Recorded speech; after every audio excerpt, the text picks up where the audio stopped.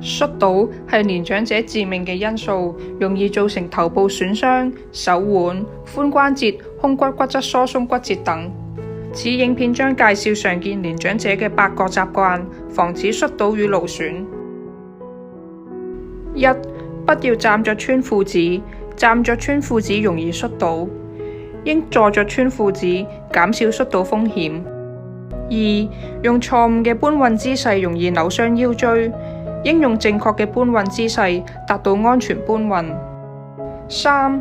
唔好急速起床，急速起床影響血壓及平衡，容易頭暈導致摔倒，應用正確方法慢慢起床，以減少摔倒風險。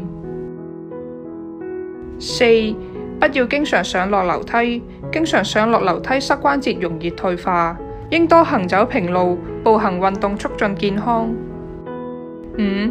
不要扭腰，此動作容易傷腰，應選擇合適嘅鍛煉，如太極等溫和運動。6.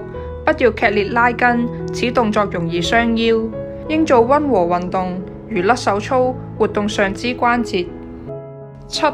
不要做半蹲或全蹲動作，此動作容易傷害膝蓋軟骨及半月板，應做微蹲動作，鍛煉膝蓋肌力，如四頭肌。8.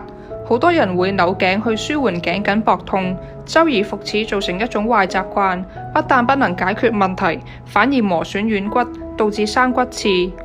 頸緊膊痛即是頸椎病，需要用頸托固定牽引頸部，使其靜止休養，便會自然康復。